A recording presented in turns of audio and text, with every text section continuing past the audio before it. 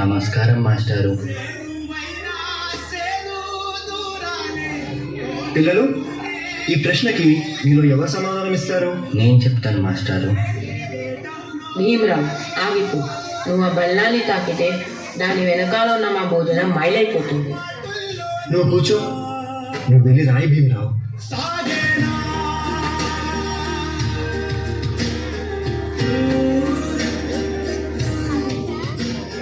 జీవితంలో చాలా గొప్పవాడి అవుతావు భీమరావు.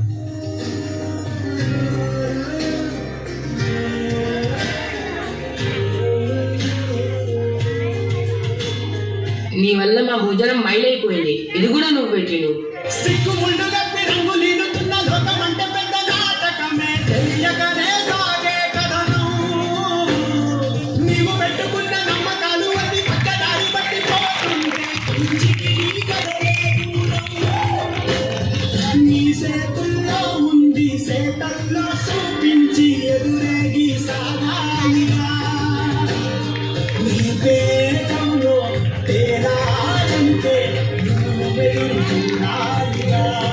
చాలా దాహంగా ఉంది. తాగడానికి మంచినీళ్ళు ఇస్తారా? నీలాంటి వాళ్ళకి అదిగో ఆ మురికి నీళ్ళే, వెళ్ళి తాగో.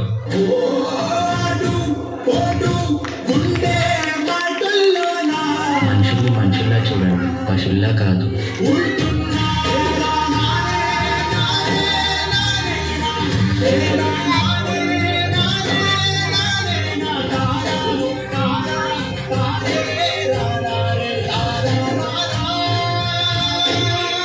నువ్వు ఎవరికీ తల వంచకూడదు.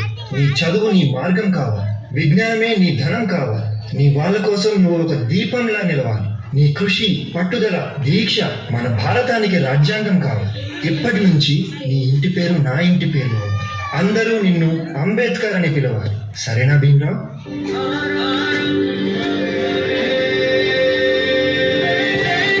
ఎంతమంది తనని తక్కువగా చూసినా చదివే లోకంగా మార్చుకొని మెట్రిక్ సాధించాడు. అదే సమయంలో పెద్దలు తన పెళ్లి కూడా చేశారు. సాయాజీరావు గాయక్వాడ్ అనే మహారాజు సాయంతో విదేశాల్లో చదువు పూర్తి చేసి ఎన్నో గణితలు సాధించి తిరిగి వస్తారు.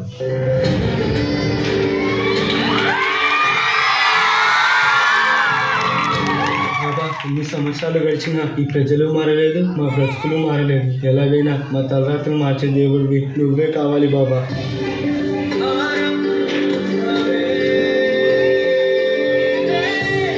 నా ప్రజల కోసం ఎంత కష్టమైనా పోరాడుతాను.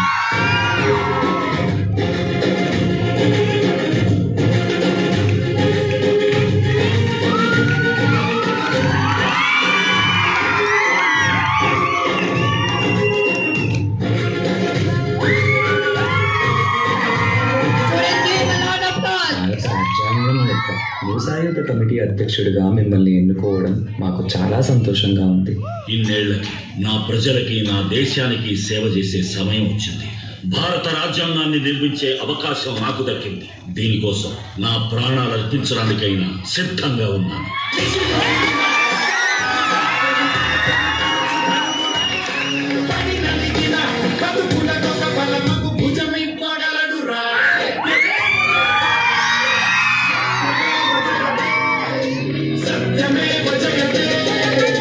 అంబేద్కర్ని ఒక ప్రాంతానికో, ఒక కులానికో, ఒక మతానికో పరిమితం చేయలేము. ఎందుకంటే